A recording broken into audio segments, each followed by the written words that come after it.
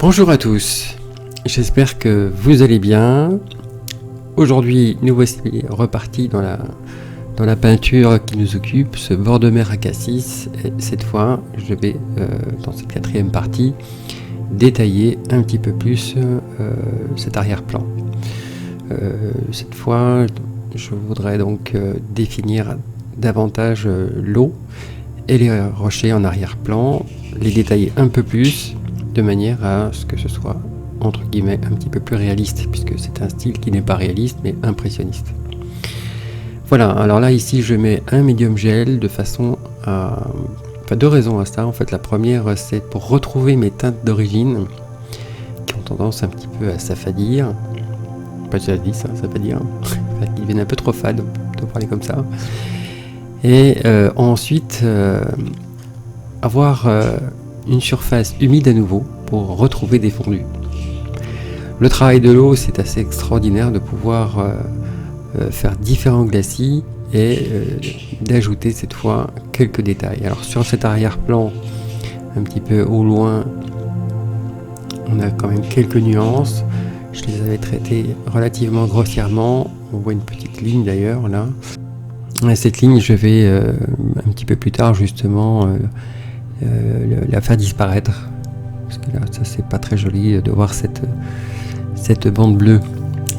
Alors donc là maintenant je commence à préciser certaines zones claires que l'on retrouve en fait dans notre exemple de départ, même si je le suis pas d'une manière absolue, je reste quand même dans l'idée générale. Et puis là surtout je vais pouvoir retravailler cette zone un petit peu à l'ombre, où j'avais descendu ces ombres exprès volontairement basses pour pouvoir donner maintenant quelques effets, donner des effets un petit peu de surface, même si c'est pas encore vraiment la surface, mais on s'y rapproche, et retravailler aussi un petit peu ces reflets que j'avais fait volontairement clairs pour pouvoir maintenant justement affiner. C'est beaucoup plus joli quand on revient une fois en humide sur sec, puisqu'en fait donc cette fois rien ne se mélangera, si ce n'est ce que je rajoute simplement. Voilà, là c'est pareil, on peut faire de très beaux fondus, on pourrait peut-être pas laisser comme ça complètement, mais ça donne quand même une bonne idée si on veut vraiment des aplats sans rien quoi, sans ondulation. Et on peut vraiment aussi donner des effets intéressants. Je n'ai pas encore positionné des verts là, mais je ferai ça plutôt à la fin. Parce que en fait, les parties vertes, c'est un choix artistique, hein, on peut les faire avant, c'est pas interdit, hein, encore une fois. Mais je préfère les faire à la fin, d'une manière très posée, d'une façon très subtile, à peine perceptible. On n'imagine pas d'ailleurs le nombre de couches, quelquefois, quand on voit un tableau. J'ai des tableaux, j'ai 7, 8, 9 couches comme ça, et ça se devine pas vraiment. Pensez à Léonard de Vinci qui lui mettait au minimum 18 couches, donc on peut comprendre pourquoi aujourd'hui même la science officielle n'arrive pas à déterminer le nombre de couches. Il travaillait beaucoup au doigt, il faisait des fondus comme ça entre autres, hein, pas seulement, et 18 couches c'est hallucinant quoi. Hallucinant. Déjà on obtient des effets très intéressants à la troisième là. Et là je vais rajouter, donc en fait ce que je rajoute c'est simplement des éléments qui sont sous l'eau, soit c'est de la profondeur, enfin de la profondeur là, il n'y en a pas, c'est simplement des éléments qui sont sous l'eau ou l'ombre, comme c'est le cas ici. Et cette fois donc le but ce sera donc de les faire fondre, mais un petit peu moins. Alors là aussi il y a une petite astuce intéressante concernant le médium gel, puisque là j'utilise un médium gel pour toute la surface, c'est d'attendre un petit peu mais pas trop longtemps, de façon à ce qu'il soit un petit peu poisseux. Donc les fondus se font mais ils résistent un peu, ça se fait pas bien, et ça c'est intéressant quand on veut texturer sans pour autant faire une texture, enfin quelque chose de très fondu, je veux dire. Voilà, c'est à la fois texturé et en même temps fondu. Si vous le faites tout de suite, tout se fond. Voilà. C'est un coup à prendre. C'est un petit peu subtil dans la manière de travailler. Il faut bien connaître le produit, il faut le tester pas longtemps, un petit moment pour se rendre compte qu'on obtient des effets intéressants comme ça. Quand ça résiste un petit peu au fondu, ça crée des nuances qu'on n'aurait pas autrement. On retrouve un petit peu la manière dont la peinture en fait se pose. On sent que ça résiste un petit peu. Alors c'est pour ça qu'à un moment donné, je fais les fondus, j'insiste un petit peu plus dessus parce que ça résiste. Voilà, le but c'est de trouver le bon moment pour le faire et pour s'arrêter aussi. Sinon, tout finit par fondre quand même.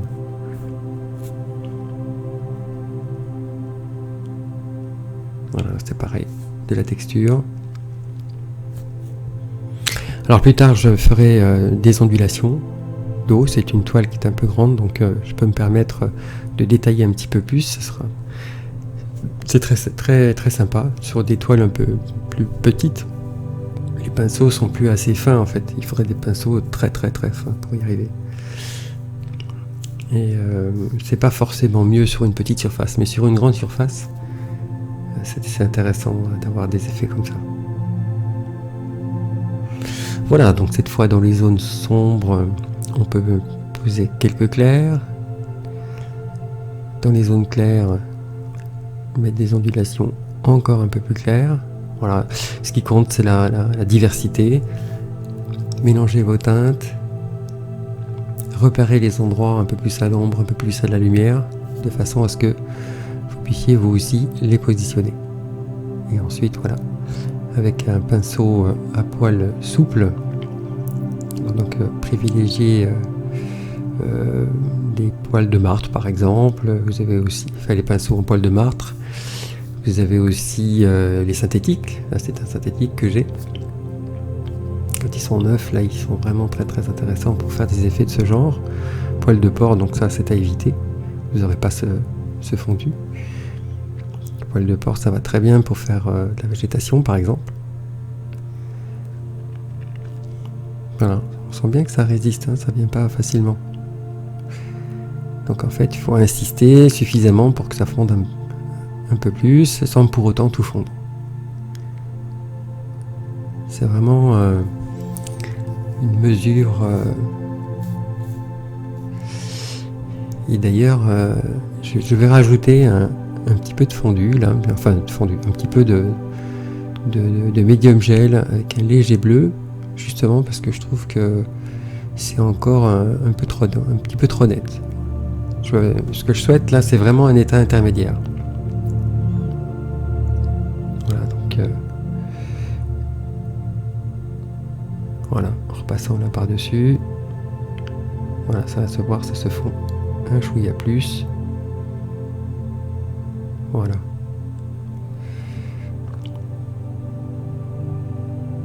Donc faut pas hésiter en fait à faire différents glacis. Des fois on se dit tiens je vais faire un tableau, ça va, je vais 2-3 couches ça suffit. Alors qu'en fait c'est infini, hein. Vous pouvez donner des effets à l'eau comme ça d'une manière extraordinaire dans les reflets, dans les teintes de l'eau en elle-même. Enfin de l'eau en elle-même, j'entends bleu, enfin, qui n'est quand même qu'un reflet du ciel, puisque l'eau n'a pas de couleur en tant que telle. Aux Beaux-Arts, ils expliquent que la couleur de l'eau, c'est la couleur de l'environnement, donc c'est bleu parce que le ciel est bleu, et la nuit, c'est pas bleu. Alors cette fois, c'est reparti pour le couteau. Cette fois, c'est un petit peu plus délicat. L'objectif est de texturer et donner du détail, un peu plus de lumière. Ce sont des roches plutôt blanches à la base. Elles sont bleutées évidemment par l'ombre. Et le but, c'est de ne pas effacer ce qui a été fait dessous. Et donc, il faut bien travailler avec la pointe, la tranche, enfin, les tranches, de façon à ce que vous puissiez détailler l'ensemble.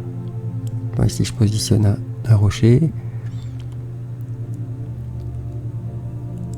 Et toute la difficulté en fait réside dans pas trop se perdre. La nature, c'est assez difficile en fait de réaliser la nature, parce qu'elle est à la fois précise et imprécise.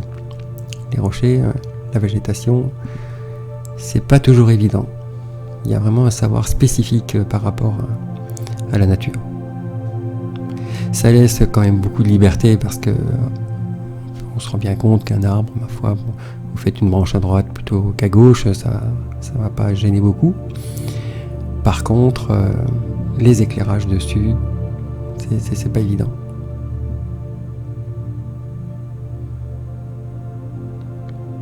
Dans les effets de matière, donc, ce qu'il faut aussi se rappeler, c'est que tout ce qui est loin est lisse et tout ce qui est proche est épais. Donc là, à ce stade, je travaille au couteau, mais tout est petit parce que on est loin. Quand je serai dans l'avant-plan, au contraire, je vais prendre des empattements plus importants, avec un couteau un peu plus grand, un peu plus large, de manière à donner des effets de matière plus importants par rapport à ce qu'on voit ici. Ça aussi, il faut y penser. Alors, je connais un peintre en particulier qui, même quand c'est loin, s'amuse à faire de l'épaisseur. S'il y a un bateau qui passe avec un voilier, par exemple, il fait une belle grosse voile bien épaisse, à demi centimètre d'épaisseur, ce qui fait que pour le coup, on ne peut pas le rater. Voilà, bon, donc dans la logique des choses, c'est faux, ça ne peut pas se passer comme ça, mais bon, encore une fois, dans la peinture, il y a les règles, et puis de temps en temps, on en transgresse une, simplement pour le plaisir de faire remarquer à celui qui regarde, à l'observateur, que ça, faut pas le rater.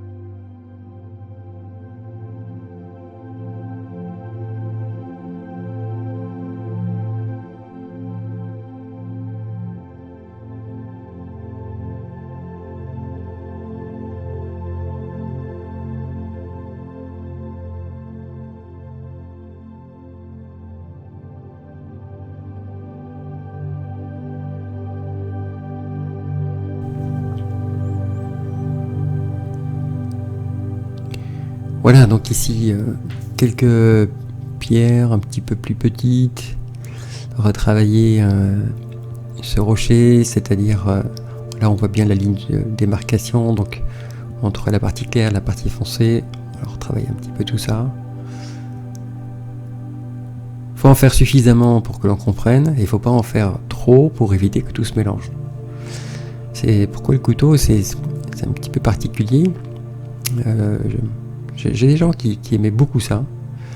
En général, les gens qui aiment pas trop se prendre la tête aiment bien le couteau.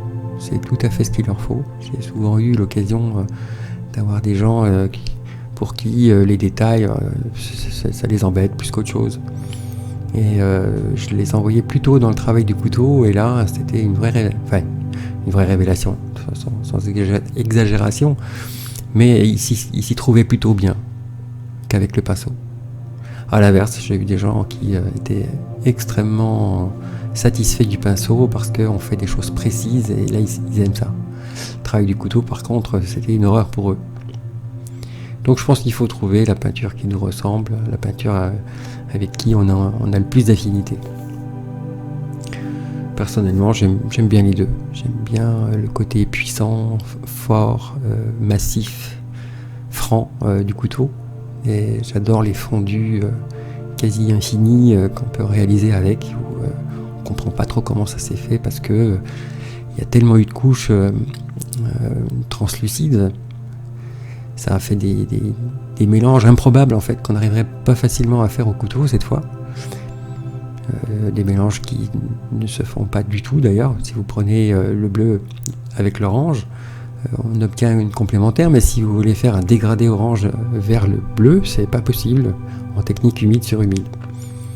Le mélange ne se fait pas. Alors que quand vous êtes avec un fond orange sec et ensuite vous mettez vos bleus doucement en arrivant, et ben vous finissez par créer un dégradé quand même avec des couleurs qui normalement ne supportent pas le mélange. Et ça, c'est assez extraordinaire.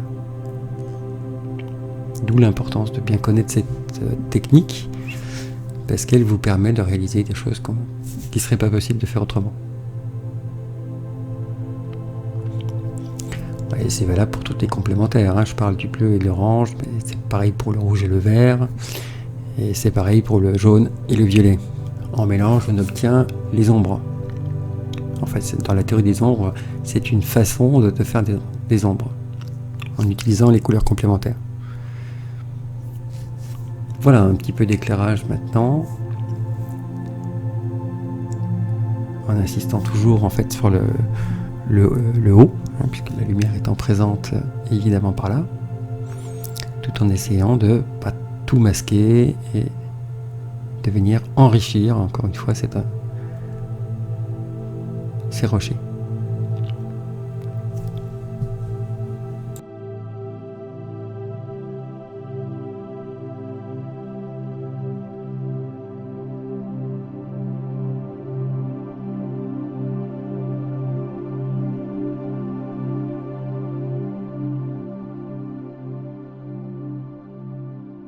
Alors ce qui est intéressant aussi de noter, c'est que, étant donné que la toile est sèche, et de peindre sur du sec, c'est très bien en fait, parce que ça aide à éviter de tout recouvrir, et de texturer davantage et donner la sensation d'un enrichissement. Voilà, ça c'est important. Souvent on fait tout dans le frais, hein, quand on fait du couteau, j'ai beaucoup fait comme ça aussi. Mais il faut le savoir, si vous voulez détailler un petit peu plus parce que vous avez une toile un peu plus grande, et bien à ce moment-là, soyez patient, attendez que ça sèche, et puis revenez une fois que c'est sec dessus, c'est très très très intéressant. Voilà, quitte à faire 2 ou 3 toiles en attendant, si on est pressé, devant tant de créativité qui ne peut pas attendre. Voilà, un petit peu de détail. Je détaille peut-être un peu trop là parce qu'il va y avoir de la végétation qui va venir.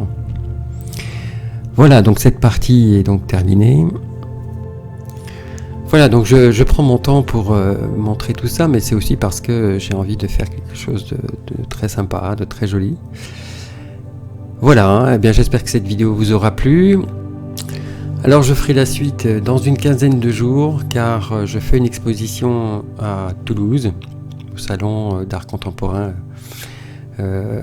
qui se trouve très exactement à l'espace Lauragais à Saint-Orens-de-Gameville, qui est à côté de Toulouse.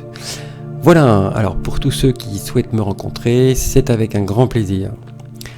En attendant, passez une très bonne journée et à très bientôt. Salut!